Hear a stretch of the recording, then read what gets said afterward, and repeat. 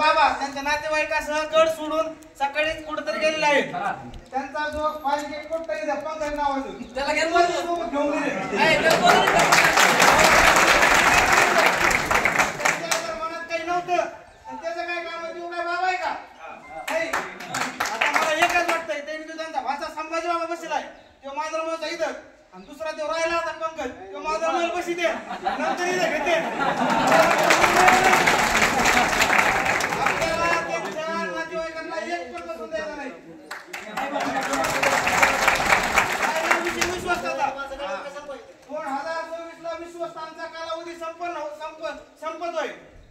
ते विश्वास चेंज होणार आहे आणि या विश्वासातला आपण जेवढे भक्त साहेब असणार आहोत त्यांनी त्या विश्वासांना आणि बाबांना एकच प्रश्न विचारायला पाहिजे की हे जे विश्वास आहेत यांच्या एकाच्या तरी गळ्यात तुळशीची माळ आहे का? मग हे विश्वास कसे काढायचे?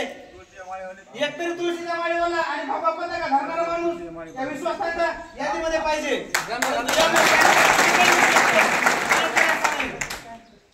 यातील काही विश्वास तर आपल्या बाजूने आहेत आणि काही विश्वास ते बाबांच्या बाजूने आहेत. आता त्यांच्यात काही विश्वासांचं असं म्हणणं येत आहे की जे बाबांच्या बाजूने आहेत त्यांच्यापर्यंत पुरेपूर असा गडाचा पैसा पोहोचलेला आहे. आपल्या मनातील ज्या शंका कुशंका होत्या त्या त्यांच्यातील काही विश्वासांनी सांगितलं आहे.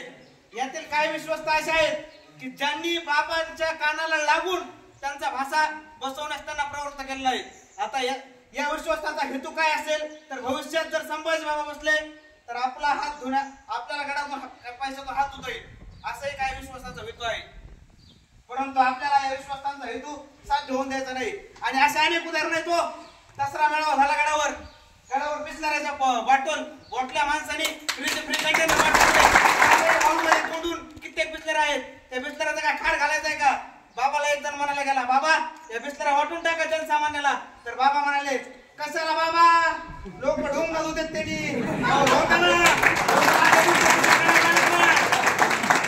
आपल्याला बिस्तर द्या लोकांनी फुकट दिलेत ना कष्ट करून आणलंय का? असंच एक उदाहरण आहे. आमच्या गावातले 2 मुलं आले होते आणि एक म्हातारी आजी पिशवी घेऊन बसली होती.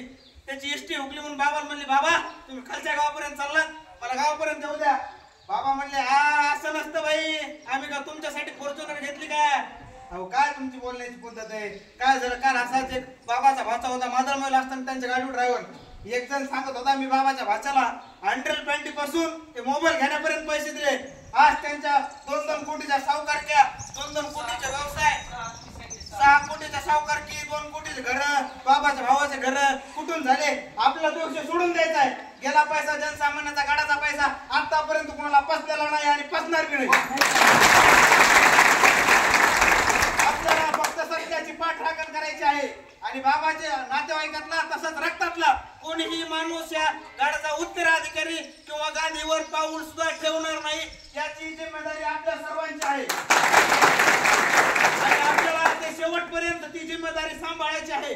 आणि त्यांनी जो गडाचा उत्तराधिकारी 4 माणसं जमवून किंवा पैसे देऊन मिडी आणून जे घोषित केलंय ना ते कधीच संभव होऊन द्यायचं नाही हे मी आज तुम्हाला या ठिकाणी सांगतो.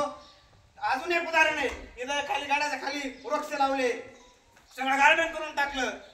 गडातला एक विश्वस्त बाबाला म्हणला बाबा झाड सगळे जायला लागलेत कोंडूच्या तळ्यात पाणी आहे पाणी तर तळ्याचं त्याला द्या. बाबा म्हणले नाही मला काही गरज नाही म्हणले जळून द्या झाड काय करायचं झाडाचं? अहो तुम्ही या जनतेला सांगता वृक्ष बोली आम्हा सोयरे आणि तुम्ही झाड जाणता हे काय हे तुमच्याकडून या जनतेला शिकायचं काय? राजकारणात तुम्ही राजकारणाच्या पुढे करता. आताच एक बांधव सांगून गेले. अहो खरी गोष्ट आहे आपले पहिले महंत गुरुवर्य महादेव महाराज होते त्यांना स्वतः आरारावा भेटायला आलते.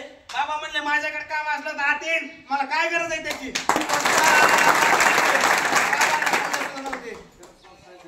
शरद पवार साहेब असे दिग्गज नेते येऊन गेले पण बाबा कधी बाहेर आले नाही.